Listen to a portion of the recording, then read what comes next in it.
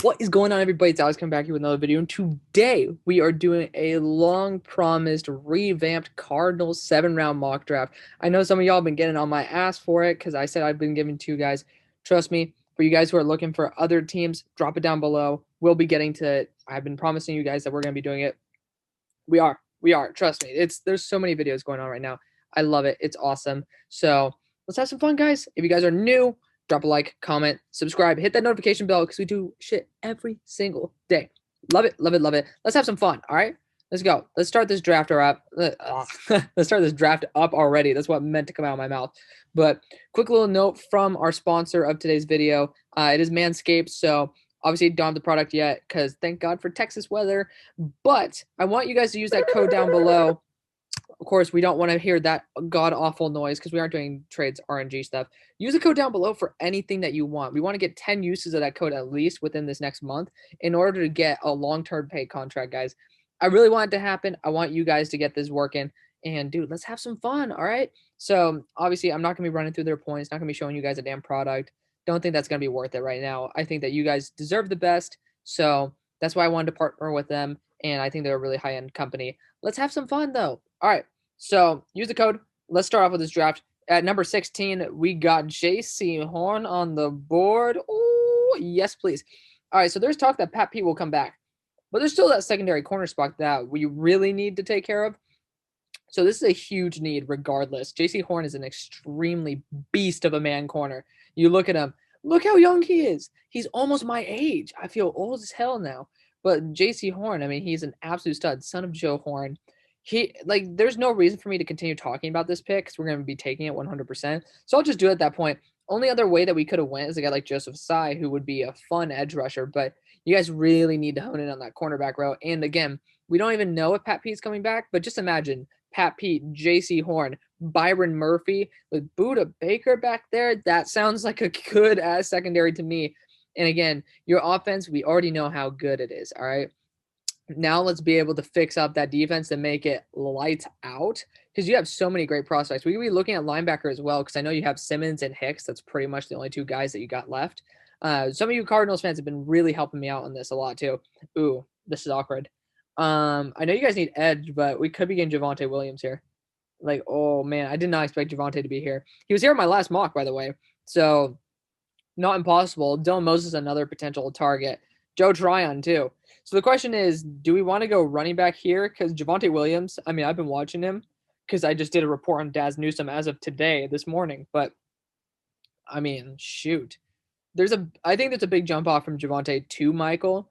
Not that big, but I think it's a bigger jump from Michael probably to Kenny Gainwell, and then a bigger jump here. So, honestly, I have Chuba Hubbard a little bit ahead of Trey Sermon, but it's like, shoot, can we give up on Javonte Williams? Because I know we got to get a weapon because your wide receiver core probably need one more weapon instead because I think Christian Kirk has kind of not been the best target in the world. Tight end's not a concern for me given how Cliff Kingsbury uses them in his scheme.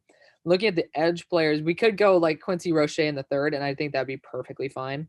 Ronnie Perkins as well. I think that honestly, he's more of a Cardinal than a guy like Joe Tryon, who is a guy with an extremely high ceiling. He hasn't even played in a year though. You know who has played in this past year? Javonte Williams. Javonte Williams, that you watch this guy play, look at his size. I mean, to be honest, I'm a little bit lower on guys who have pretty high BMIs, but Javonte Williams is an excellent back. I think that you guys got to get edge in there. You got to get running back. You got to get that corner back. You can fix up that line a little bit, get a linebacker in there, and then you guys are pretty much set. So we're getting also another wide receiver. But we're getting Javonte Williams there. It's too good a value to pass up. I think he should be gone by the end. By the beginning of the second round. So I mean, that's something that you just can't pass up on. Joe Tryon is a guy who we probably could pass up on.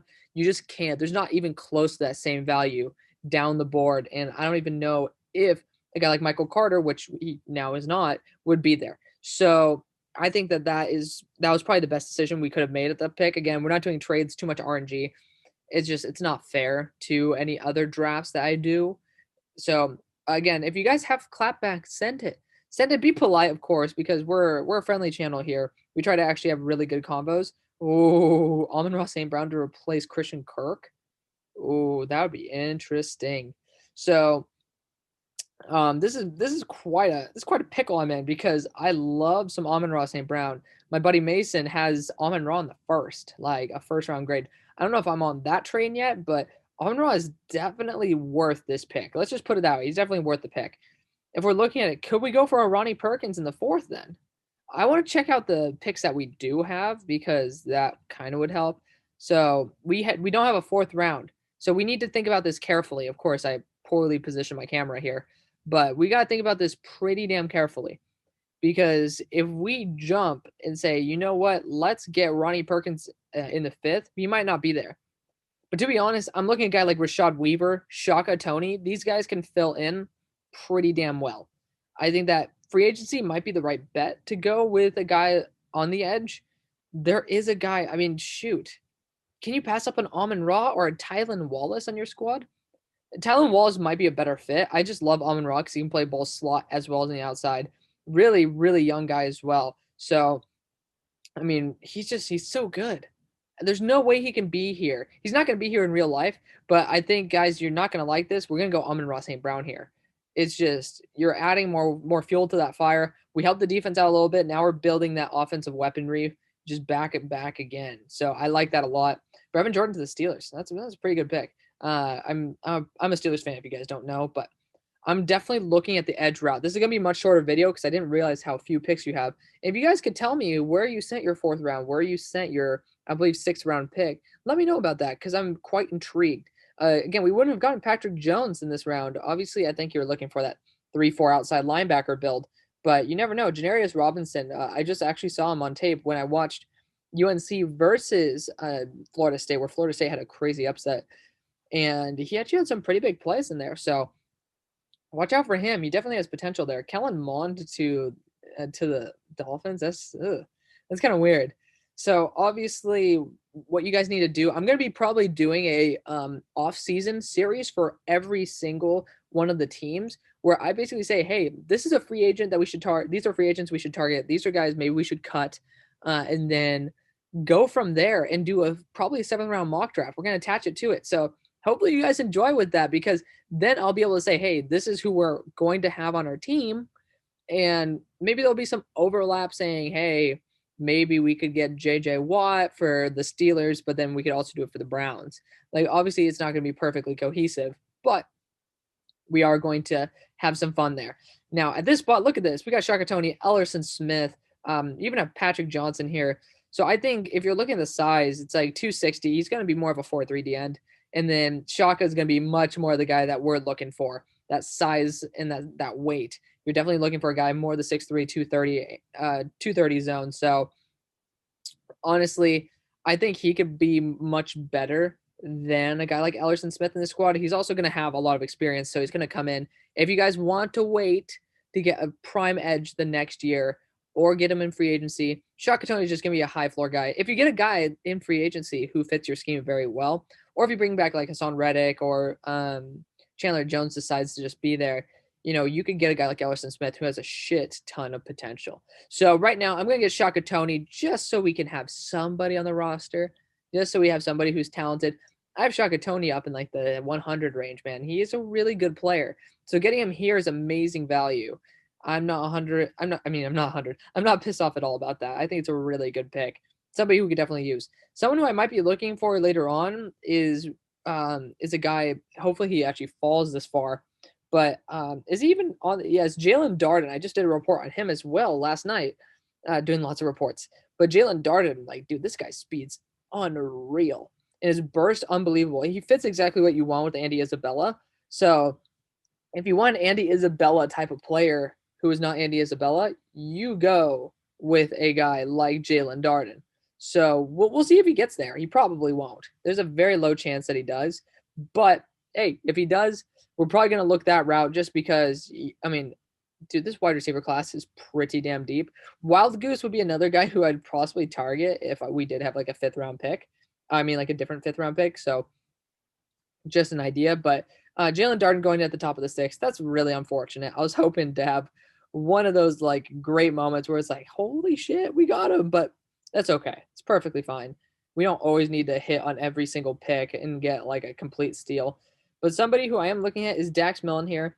But maybe we should look at like the offensive line, see if anybody's here. Offensive line wise, there's really nothing. Morrissey's not that great the more I watch him. So that's unfortunate. Linebacker wise, again, there's really slim pickings here, guys. Really slim pickings. If you guys want to look at the interior defensive line, again, even worse. So looking at it, you look at quarterback, running back, a wide receiver, tight end, offensive tackle. I mean, there's really nobody there either. Damn, there's like nothing anywhere besides if we're looking at corner or else looking at wide receiver. So looking at the wide receiver, we already have a big target, of course, in DeAndre Hopkins, and we are losing, unfortunately, a guy like Larry Fitzgerald. So we already got our very speedy weapon in Amon-Ra St. Brown, who could probably replace Larry Fitzgerald, but I think he's going to replace more of that Christian Kirk role. So if we want to get a larger receiver, I'm down to getting Josh Palmer, Dax Milne, and Tamorrion Terry. I love all three of these guys. Josh Palmer, he's like a more meaty threat. Like he's just more powerful. Dax Milne is a jump ball / body control specialist. So, I mean, he's kind of insane. I think Dax Milne is extremely underrated. And then Tamorrion Terry is just everything that you could probably want in a wide receiver, except I think personality issues. And then, of course, they're saying drops. Haven't done an in-depth report on Tamorrion Terry yet, but we shall see how that goes. I think Tamorrion Terry is the biggest upside, and he's supposed to be in the 4.3 speed. He's somebody who could probably lob the ball up to. He's going to be more of this Miles Boykin type, and hopefully it works. With this squad, you're going to need to replace Larry Fitzgerald with more of a better route runner, but you could technically do that if you want to keep Christian Kirk. You could do that with Amon-Ra. But this is just a pure gadget player. Like tomorrow, you just send him down the field, and then he's just going to be a true deep threat where you can just use him in a variety of roles. Potentially with the ball in his hands, It's just there's not enough value anywhere else that I'm pretty damn comfortable getting Tamorrion Terry here. Again, we could even use him in more of a role similar to Andy Isabella, but Andy is just he's definitely going to be better for his own role for that, but it's just an idea given about the speed, the athleticism.